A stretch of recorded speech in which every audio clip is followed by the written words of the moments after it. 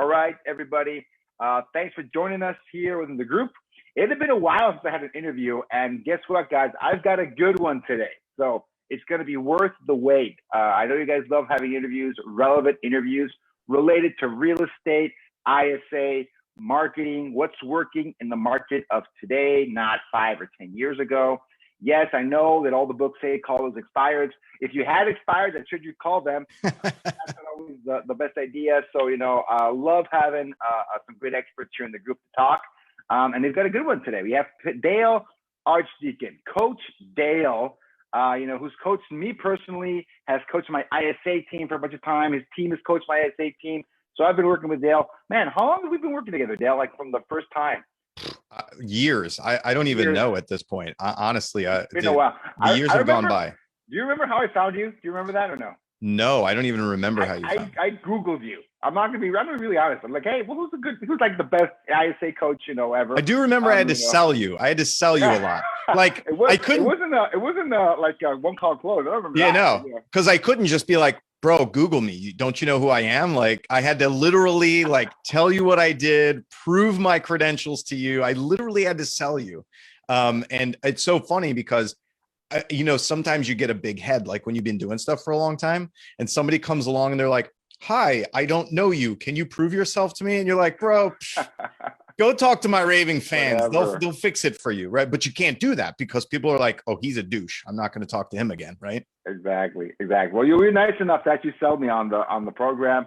And we've done a lot of stuff over the years. Love what you do. The knowledge, the experience, the framework you and your company provide. I think it's really, really helpful. And for those that don't know, Dale has coached us on, like me personally, on the business wise, building ISA teams, hiring people, training people.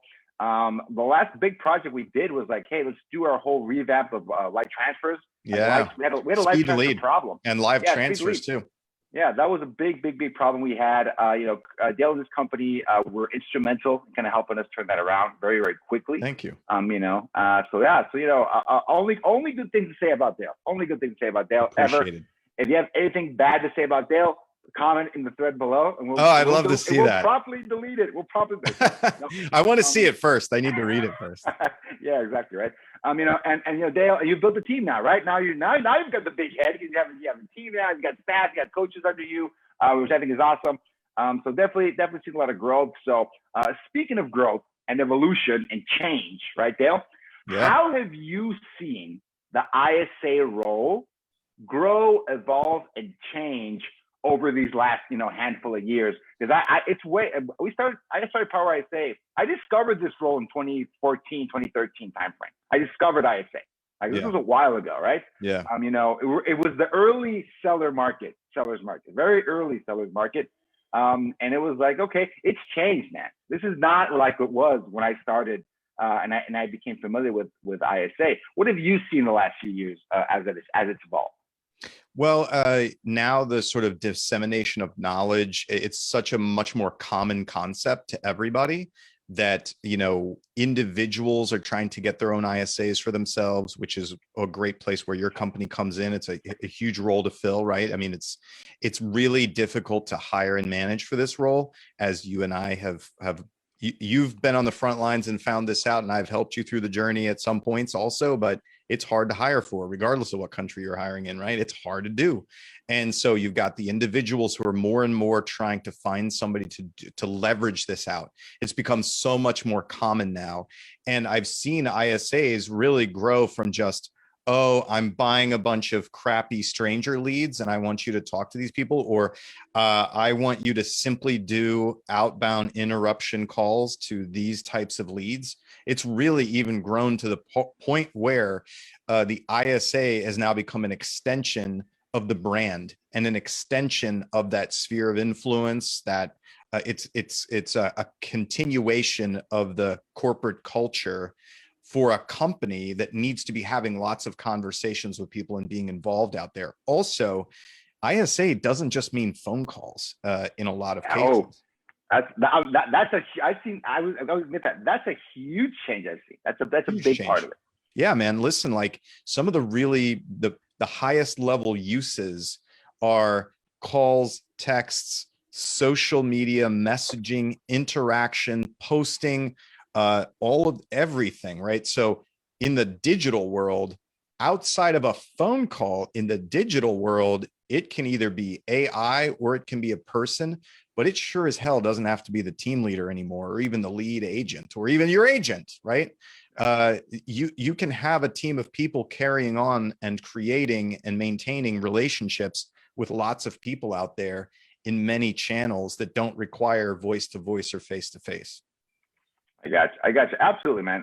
And I love your take on that, because definitely the role has changed. I think in a big way. When I came into contact with the role, it was strictly as an outbound prospecting role. It was, that's how I discovered it. That's how the first really big teams in Keller Williams, I was with them back then, how they kind of brought it up. And Tim Heil. Tim Heil was like doing a ton of outbound circle prospecting is basically what they were doing. Yeah, and it was just like a calling mill, like a huge call center just focused on that. Yeah, and in Texas, that works really well for some reason. In a lot of other states, it's not quite as productive as it is for some reason. I don't know what it is about Texas, but people answer their phone and talk to you.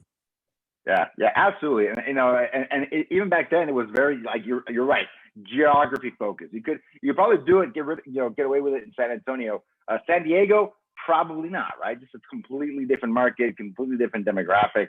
But where it worked, it worked. I'm gonna tell you that. Where prospecting could work, man, you could really make a lot of progress with that. Get a bunch of people in your database. I still have a client in Seattle where we worked for him, I think, for 2 years nonstop, just circle prospecting the whole county, like a 3-county area, for a couple of years. Wow. Like the full 9 yards, $1,000 a day, hundreds of thousands of calls. And he built a list of nurtures. I think somewhere like 1,000, somewhere, I can't remember the exact number, 1,000 to 2,000 nurtures. Nice. And his business is now managing that list. Yeah. That's all great. He does now. He's just excellent. Follows up with people, right? And he had some skills. He came from the car sales industry. So he knew how to, he just needed a list of people. That's all he needed. A list of people that were going to buy or sell at some point ever. Yeah. And that he gets down every day, makes a few calls, closes 50 deals a year in Keller Williams, North Seattle. I go, wow. That's excellent, man. Yeah, it's just if you put in the work and you get volume and that kind of a project, I mean, yeah, you can definitely make some headway. But you know what? That was a few years ago, right? I don't know if you could do that right now. I mean, the technology's changed, the markets have changed because they're so hot right now. Yeah. Let's talk about the market of today, Dale. Yeah. So, well, guess what? What goes around comes around, man.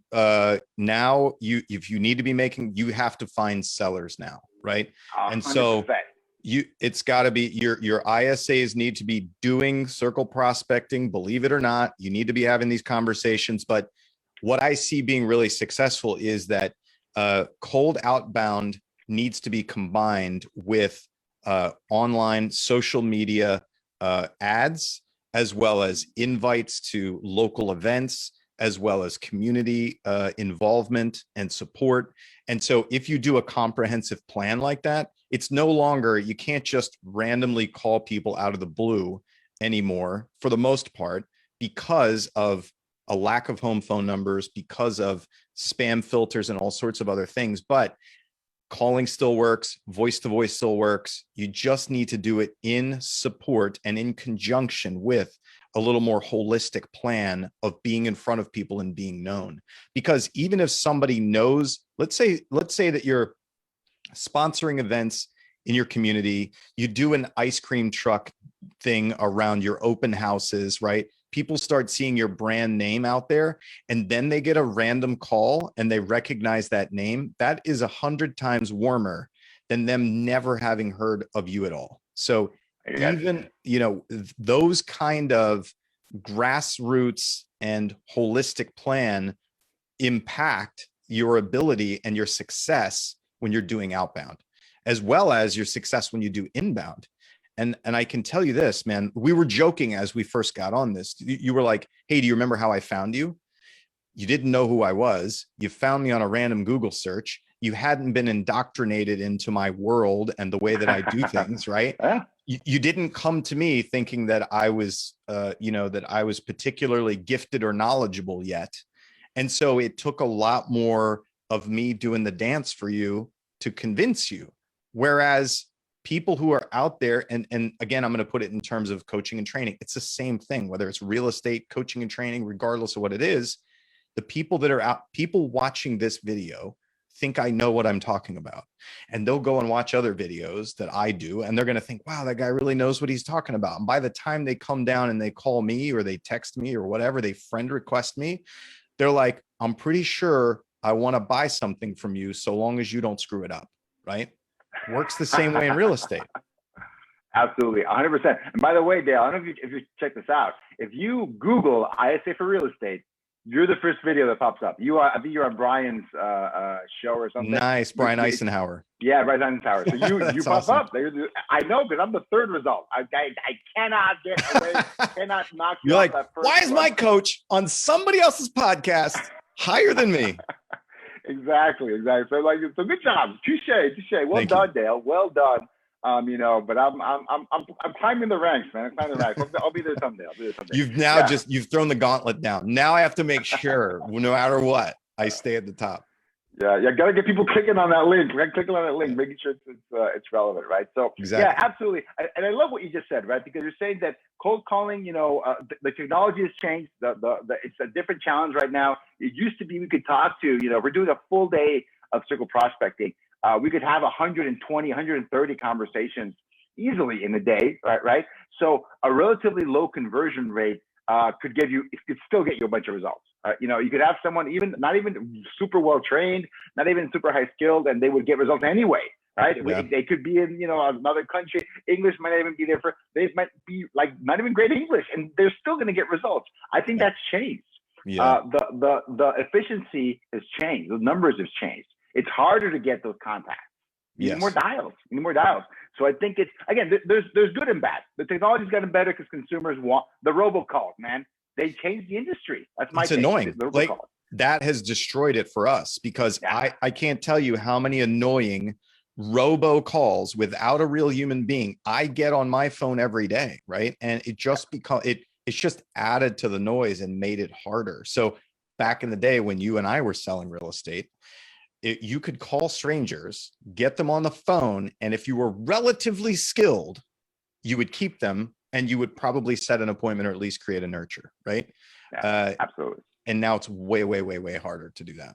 Yeah, absolutely. And just getting that connection, and it's very easy for the consumer to tag you as spam, right? Hey, right. Even we see this even for inbound. This is funny.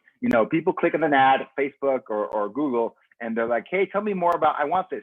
And you call them, oh, this is a spam call. Well, now you asked me for the call. How could you mark this as spam? We asked you. This is an inbound lead. You always want to go out there and explain the situation to them. Please don't burn my number. Right? This is an important phone number, right? So, but again, this is, it's funny to complain. It's pointless to complain. The consumer wins, right? You have to adapt to where the market's at. You're going to get less contact. This is what I tell my team. You're going to get less contact. You got to make them, or did I steal that from you? I forget. Maybe I probably did. You're going to get less contact. You got to make it count. You got to bump up that conversion rate. You got to practice. You got to get more skilled. You got to squeeze the juice out of every conversation you get.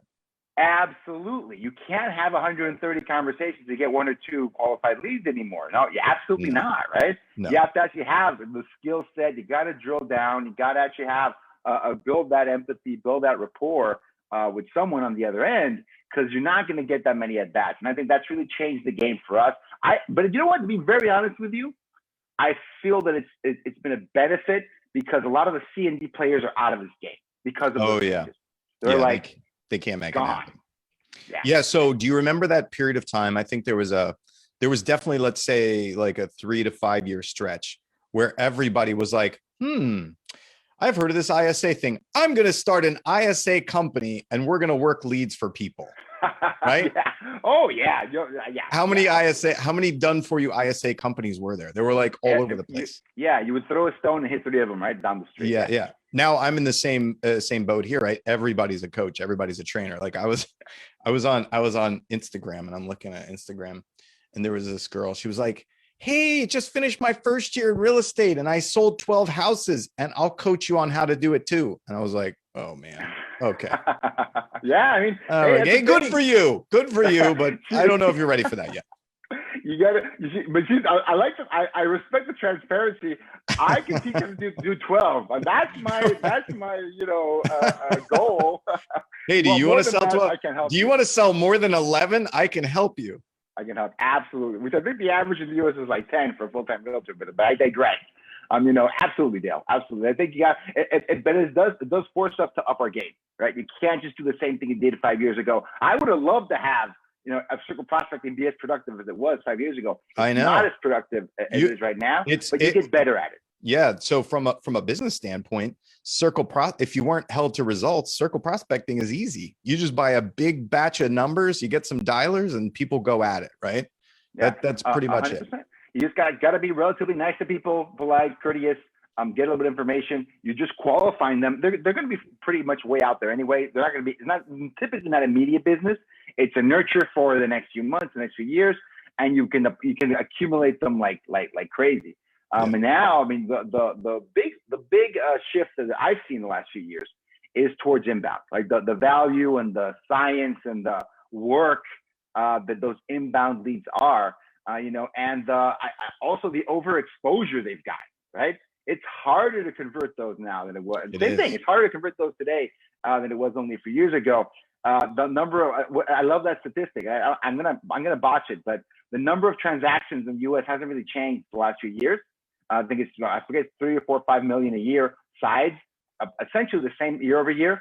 But the amount of real estate leads sold every year has grown exponentially, right? Yeah. So it's the same people, right? They're just being shared and sold and resold. We're in the wrong business. We should be selling real estate leads. That's absolutely. We're the idiots who are like working hard.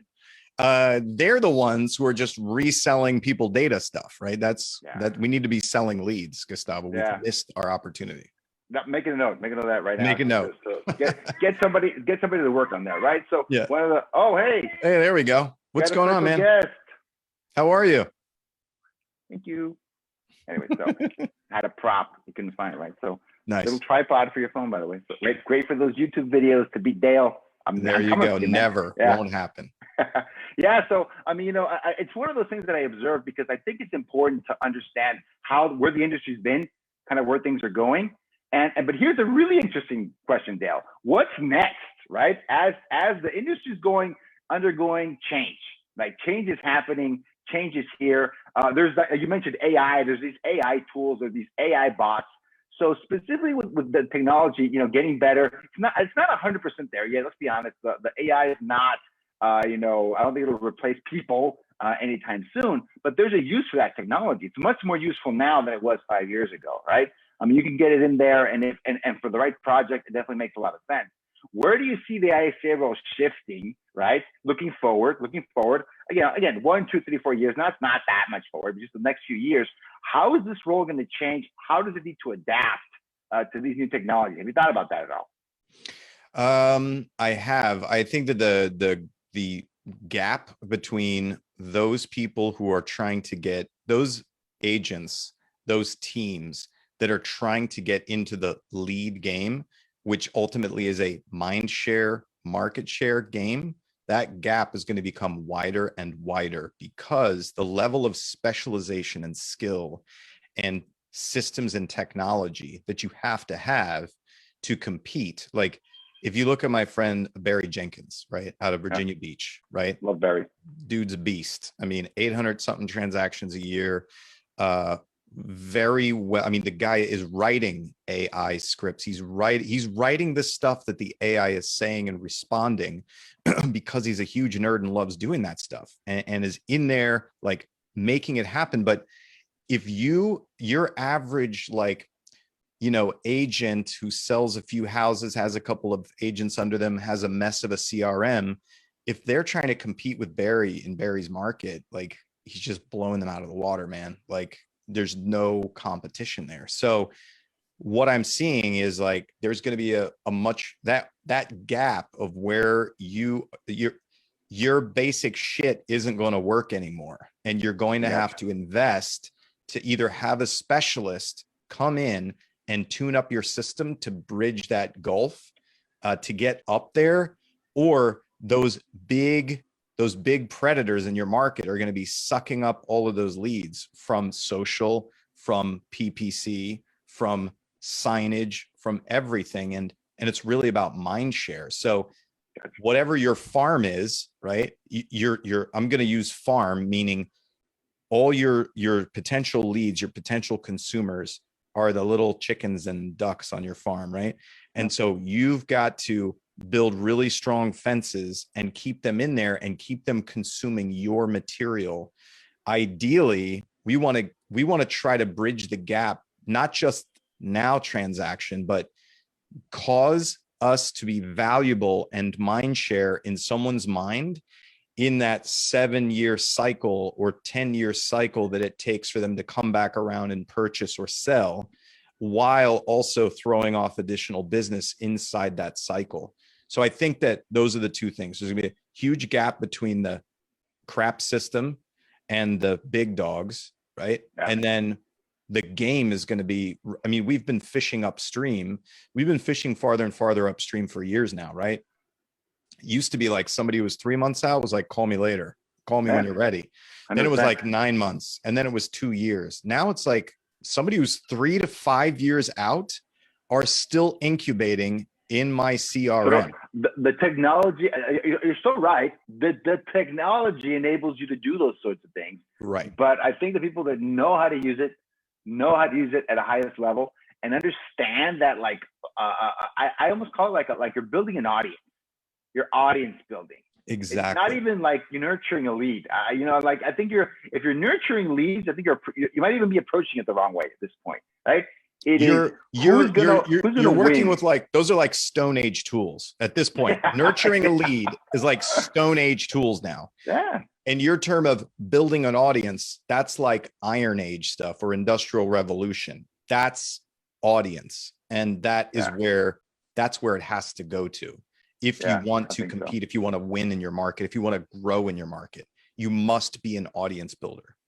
Yeah, I think so, because that's where all these tools can become really relevant, like Instagram, YouTube, Facebook. Not so great. I don't know if you call those nurturing tools or not, but they are great tools to build audiences. And that's how the great fortunes in social media, the influencers, the brands that have been born on social media, the celebrities that have been born on social media, that they have audiences, and they've done a really good job at cultivating these audiences. I think we need to find a way to take the best from that, learn from those folks, because I think if you don't understand that concept of it, you're either going to end up working for Zillow, right? That's a possibility, right. As a salaried employee. Again, maybe that's a good, I don't know. We're almost there. With the Flex program, we're almost at 1099 agents for Zillow. Yeah. So, that's a possibility. I see consolidation coming to the industry, especially on the tech side. And I've seen this before in other industries. I used to be in high tech. The internet eats everything. It's just going to eat the most profitable ones first. It's coming for the rest of us, right? So I think if we get on that wave and leverage technology, build audiences, and I love the way that I think Kristen Cole said this from KW a few years back. She said, and I think it's really, really true, in this market where you have these huge tech giants like circling real estate, because they want it. They want to eat all of real estate. They want it all. But there's a lot of money here. There's a tremendous amount of money ripe for disruption. All the buzzwords you can pull out. He said, given that's the case, as a real estate agent, you either have to get really, really big, or you got to get really, really small, because the middle is gonna kill you. There's not going to be anything left for you. And I think that's kind of what you're saying, right, Dale? Yeah.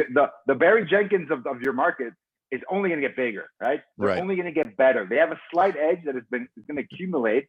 Barry Jenkins can't steal your little tribe of relationships, right? Ultimately, he can't steal that. He can't take that. He can't win it. He could maybe get a little bit of attrition there, but you can always get your piece. If you try to be if you're in the stranger middle, right, where you're trying to grow beyond that, and you're not creating the kind of audience that he's creating, that's where you get crushed, which is exactly what you're saying. Yeah, absolutely. And I think this is where the technology comes in. This is where the ISA can come in, if that's part of your team. all these different tools to engage, to build trust, for people to know, like, and trust you, to build an audience. I like that term. I love it. Build audience building. I think we got to take that approach. If you're a real estate agent right now, and you don't take that approach, and you don't see yourself somewhat as a media company, not just real estate and business and down to, contracts and everything, all that stuff is necessary. I'm not saying it's not. I'm just pretty sure that's not going to be the highest value activity we do as agents. I don't think it is right now. The highest value activity we do as agents. When we're talking about lead generation, lead conversion, it's going to be audience building, lead generation, lead conversion, right? It's going to be the higher end funnel. You're either going to buy those leads from the platforms, right? Call the platform whatever you want.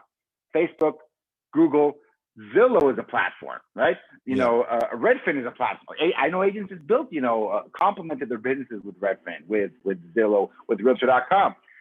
Their business model is going to change, right? Realtor.com already, made the shot over the bow. 35% referral fee in some markets. Why in some markets? Because they did it in the markets where they could. The ones where you don't have any other choice. They're still trying to figure out how to squeeze it out of the guys in Alabama and Arkansas, where the average house price is $120,000. Yeah, absolutely, right. So trying to figure out a way to make it happen.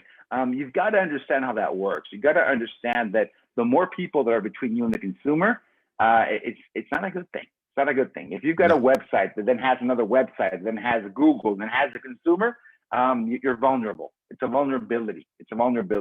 And I think people kind of, again, it's a pretty heady topic. We're off a little bit of a tangent, but I think it's important. I think people, and I talk about this all the time, you've got to kind of figure that out. You kind of figure it out. Your proximity to the consumer is the strength. Zillow can't take that away from you. Here's what I think. If you haven't added this into your business, into Power ISA, are you consulting these people on how to build audiences? In that kind of a sideways manner, I talk about, I just released a piece of content this week about how I have leveraged podcasts to build audience, right? Other people's podcasts, not my own. I said, we just talked. I'm going to be announcing this to the world. I'm going to be launching a podcast, right? Around the whole ISA niche, ISA topic. But before that, the last year, I've been a guest in about 50, 60 podcasts in the last, 12 It's huge. Months. It drives a lot of people to you. Man, absolutely. I'm gonna post this in the group today, guys. I'm gonna post this. A lead that came in, to my company today, the Source podcast. Yep. I heard you on some rants. I swear to God, I cannot remember what podcast it is. Put the name in there. I'm like, I guess you probably heard me there. Probably. But it's the awareness. It's the awareness. It's the attention. Yeah. It's like you said, mind share. Like get me a little slice of that mind share.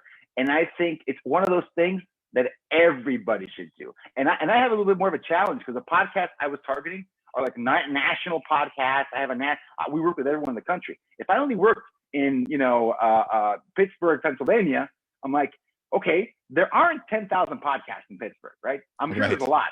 But there's not thousands of them. I'm pretty sure there might not even be hundreds of them, right? Yeah. So, and it doesn't even have to be a real estate themed podcast. I should probably recommend you don't, right? If you're consumer facing, I would go, you've got it made. Go on the cooking, the sports podcast, the local news, the community podcast. I mean, find these places where your target market kind of congregates and get in front of them. I want to give people a tip here.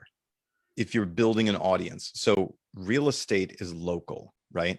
All real estate. This is the only reason that we have not been disrupted to the point where we have no jobs anymore. Okay. This is the sole reason that Zillow has not yet displaced us. The sole reason that, the founder of Compass went with a brokerage model instead of just getting rid of all agents is because it is all local. Houses are local, people live local, real estate sales are local. And that is too big for any one entity to take over, even Google so far, right? Yeah. That's the only reason. Now, if it's all local, that is the huge opportunity for everyone locally, because no company can get down onto the carpet with every single locality, right? It's just too big, it's too massive. So let me give you an example, right? In my local area on Facebook, I live in Springfield Township. There's a Springfield Township recommendations Facebook group, right? When I need a contractor, when I need a new lawn person, when I need to know where people get firewood, I go on to the recommendation Facebook group and I ask or I search, right? So if you're building an audience, you better know where people are getting their recommendations from. You better know what cool restaurants are doing their own podcasts or doing their own shows or involved in the community. And so Gustavo and I get ourselves interviewed on podcasts that are national podcasts because we sell nationally. You sell locally. So go out there and make lots of friends with other people who are cultivating audiences in your local market. And then you just ride on their back like a flea, like me and Gustavo do on these national podcasts, okay? And then people will come to you and be like, hey, I saw that so-and-so talked to you and I like so-and-so, therefore I like you too, and I'll sell or buy real estate with you. Yeah, I mean, it's as simple as that. Simple as that. As simple as that. Not easy to do. You gotta hustle. It's gotta put some elbow grease in there. It's not easy. Got to be a keyboard warrior. We're talking about pointing, clicking, right? Pointing and clicking. Folks. Yes. This is pointing and clicking. There's no sweat. You will not break a sweat. You absolutely won't. You absolutely won't. But I cannot tell you how important it's been to my business. Being on podcasts in the same vein, Facebook groups, I treat exactly the same. It's like a bigger podcast, right? You've got people in there. If they're engaged, they're engaged. Yeah. I do a show for Lab Coat Agents. Lab Coat Agents has been massive for my exposure. I'm partnered with Follow Up Boss. They have 44,000 members. I train inside their member group. Plug for Follow Up Boss, best CRM ever. Hopefully you're not sponsored by anybody else. No. It's a freebie. It's a freebie. Okay, cool. That's a freebie. Yeah. So huge, man. It's community, right? I don't leave this is the office in my house. I don't leave here. Do you know what I mean? This is where you're everywhere. This is the command center. This is where it works. Yeah. And, I get that comment from folks saying, I see Gus everywhere, right? And again, I'm not everywhere, but if you're a member of my target audience, real estate agent, investor, loan officer, you probably hang out around the same 15, 20 Facebook groups, right? And this is in the US. So as long as I have exposure there, or in some of the same podcasts we're going to listen to, or, I'm commenting in some of these, contributing to some of these groups, right? You don't always have to just advertise. Be a resource, right? Yeah. Be that person helping them out in these Facebook groups. I see you everywhere. Oh my goodness, Gus! Holy cow! You're all over the place. I go, well, I only have the same amount of time that anyone else has. I only work out of this office, right? This is my corner, my room in the corner, where I make it all happen. But I leverage that. I use all those tools to help, leverage and build an audience, So I love this topic. I think this is amazing. But I want to get back to one burning question that I know my audience has, the real estate agents, the loan officers, the investors. Like you mentioned at the very beginning, Dale, we're in a super hot seller's market. Give the audience some nuggets. You mentioned already, circle prospecting in conjunction with a broader social campaign, community-based campaign. It just makes it that much more powerful, more relevant.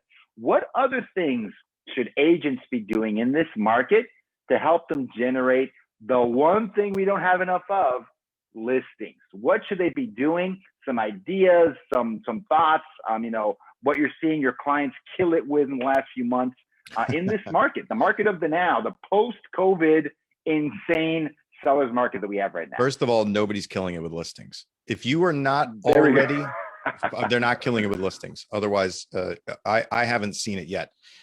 Those who are still doing really well with listings are the people who have been really great and consistent about working their past client and sphere for years, right? Absolutely. The people who are harvesting the most fruit are the ones that have been growing the goddamn listing tree for the last 15 or 10 years, right? Those are the people that are still killing it. Those people who ran their businesses 80%, 90% buyer business are really suffering right now because they waited until the tide went out and now they're like, I'm having trouble swimming. So that's a problem. But what they're doing to pivot is they're getting into their communities. They're going out, and now that most communities have opened up again. Yeah. They're getting out there and they're involving themselves personally in events, getting to meet people, talking to people, walking their damn dog around the neighborhood and introducing themselves, and literally asking everyone. Everyone knows that the market is crazy right now for sellers. Those agents are out there. They're making more connections, whether face-to-face or doing circle prospecting or promoting content on social that talks about how to net more as a seller, how to deal with multiple offers as a seller, those types of things to generate the inquiries or the questions. But it's really, it's an all-out assault is what it is on every channel to try to shake the bushes in multiple ways and find more listings. So, I don't have a silver bullet. They're going back to basics. They get the contacts. Yeah. Get the contacts, get out there. Don't expect, because for buyers, you can always kind of sit back and, buy the ads, buy the clicks, get them to come to you, serve them and be gone. Well, what if you don't have any homes to sell those buyers, right? What if hey, I saw an agent, I think probably on Lab Coats, that was servicing 40 buyers at once. And the only way to do that is because they probably had four. They probably had 4 buyers out of those 40. Really only have 4. People who are actually going to be able to execute and are going to buy a house that does not check all the boxes and are going to pay way too much for it and have the cash to do that and the stomach to handle it. There's not that many in that 40 list. Yeah, you got to get 40, like you said, you got a handful of buyers that can win, in this kind of market, or that are gonna, maybe he's nurturing that. That's his nurture group, like trying to get them to do what you have to do to get a home in this market, right? So it's tough out there for a buyer's agent. I have a lot of empathy. I understand it. I get it. That's just reality. It's where we're at, right? So you always have to market, and you have to work in the market of the now. I hate people like dwell on, it used to be. Who cares how it used to be, right? Like, move forward. I can't wait for the crash. No one knows if there's going to be. That's what I tell folks. Like, the only thing I know for sure is that the next correction is not going to look like the last one. That's the only thing I am absolutely sure of, right? So like all these people are banking on this massive shift happening from one day to the next and go, well, what if that doesn't happen? You have to have a plan. You have to have a contingency, right? We were looking at some statistics with another client the other day, and he pointed out that of like, I don't remember the exact numbers. It's something like of the last 10 economic downturns, in only one of them did real estate lose more than 3% value, right? It was something crazy like that. It was obviously the economic collapse of 2008. That's the only one in some like really long span of time where real estate lost any substantial amount of value. Absolutely. 100%. And I got out of the prediction, business a long time ago. I absolutely have no idea what's going to happen. But as business owners, you got to be prepared for this market to continue. That's all I'm saying. Don't expect this to change, anytime soon. You got to be ready. And if there is ever a shift in the market, you got to jump on that shift, because a more balanced market is going to mean some relief from some of these pressures, some of these issues that we have, as long as you can hang on during the shift, right? Because that shift can be brutal. So here's the lesson. This is the lesson now. If you're struggling for listings right now, this is the universe teaching you that your business was out of balance and you need to be creating the audience that you didn't create before. Yeah, absolutely. You weren't running on an audience. You were buying leads. You were taking the couple of referrals you got and you were buying buyer leads, because it's hard to buy seller leads, right? That's what the universe is telling you. You just got a spanking. Yeah, absolutely. Yeah. So you can be grateful, take the feedback, roll with the punches and survive. It's a funny market out there. I see clients of mine, with Power I say, they're either having the best year ever or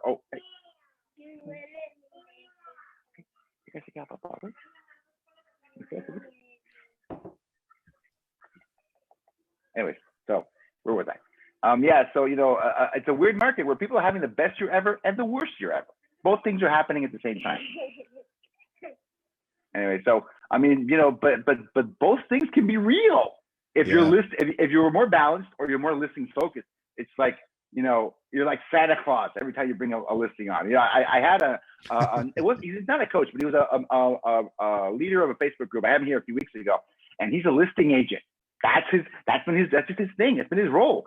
Bringing in 1, 2, 3 listings a week in this market. Yeah. He's bringing them.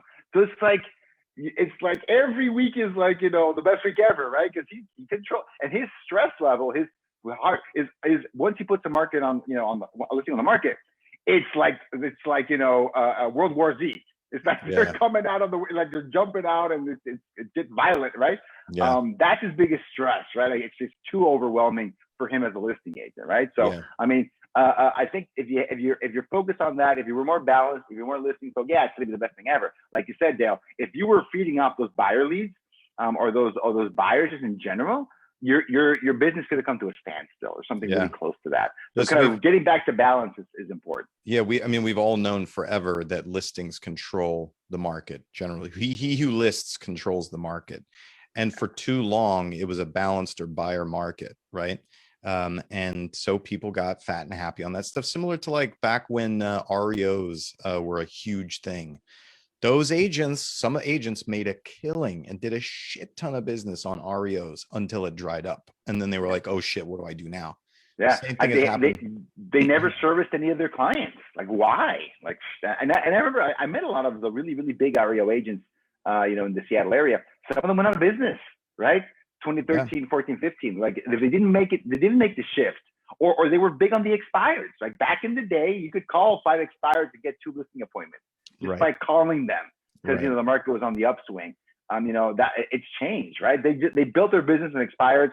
That has dried up. Again, not zero, but it's way different than it was a few years ago. It's no longer shooting fish in a barrel. It's like, World War Z to get that, expired listing, everyone jump in and try to get it, right? So if you don't adapt, if you don't see it, it can really get you. And I think the folks that have the kind of the forefront, and they can see and identify these things, I think are some of the best business people. The rest of us have to adapt, right? The change is here, change is coming, and speed is also something that helps us, right? Like, hey, market shifts, the market's different.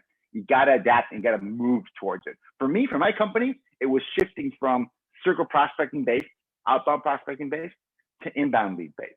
That was not easy to do. I mean, and you saw me go through that, right? A few different times. There was some problem I didn't even know how to solve, right? That's where like coaching and consulting, comes in and really helps you. So guys, if you don't know how to shift your business from buyer lead, buyer intensive focus, you got to get some help, right? You got to get some of the pros in there to help you make that shift, make that change, because otherwise you stagnate and you're dead. Absolutely, man. And, it's not always so much just about somebody being a genius. It's like, it, you're a business owner. I'm a business owner. We're pretty smart. We can figure most things out. We come up with lots of ideas. At certain points, we just look around and we're like, I don't know. I really don't know what to do here, right? I'm like, I'm too close to it. I can't see vision. It. Yeah. Tunnel vision. You like you said, you're too close to it. Sometimes you need an outside pair of eyes.